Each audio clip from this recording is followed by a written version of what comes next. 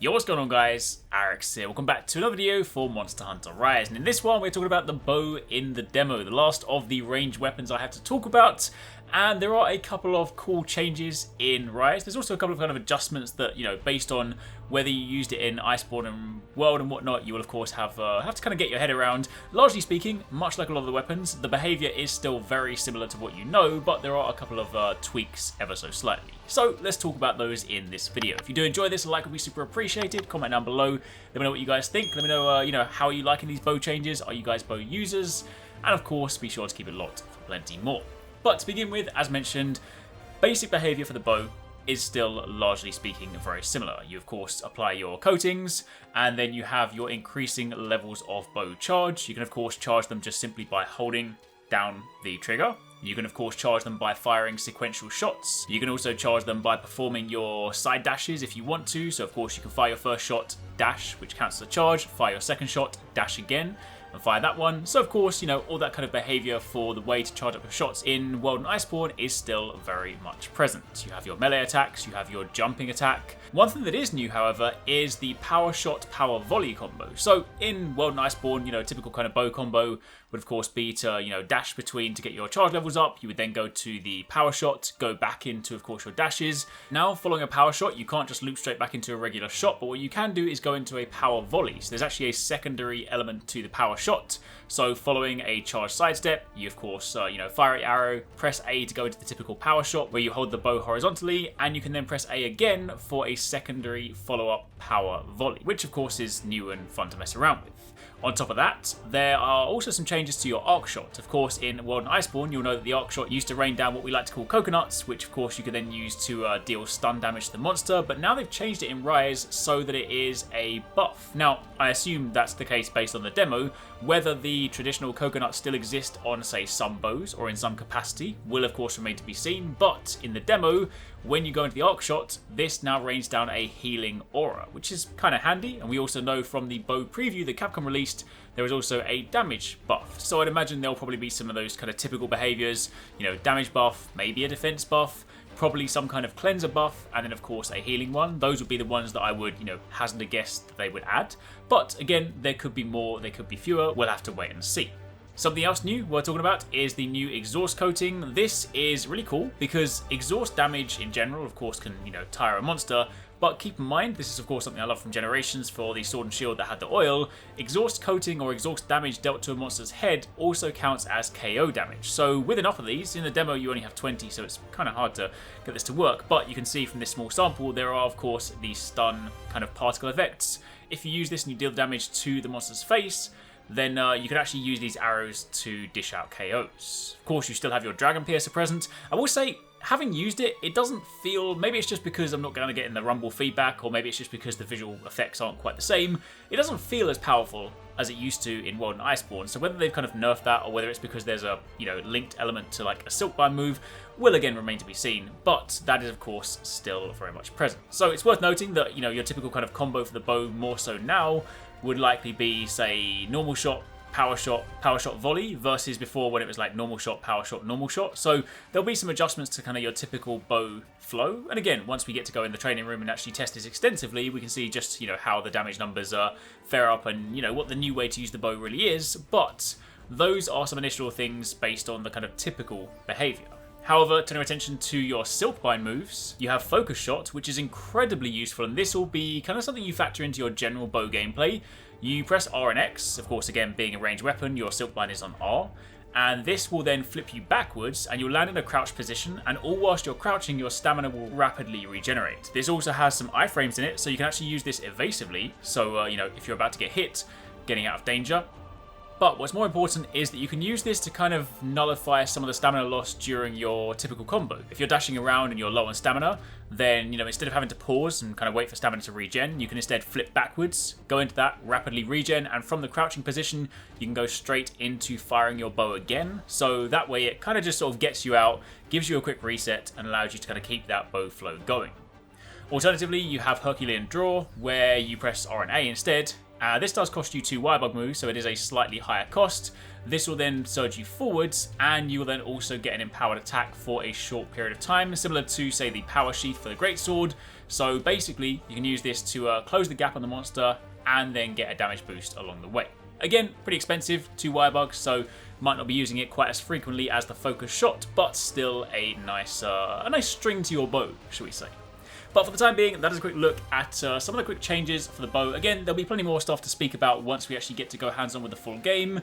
You know, different bow types, decorations, different coatings, all that kind of stuff. Lots of things that I do want to check out. But for the time being, that is a quick preview of the bow in the demo. So I'll leave you guys with some more gameplay, a little hunt, so you can sort of see the weapon in action.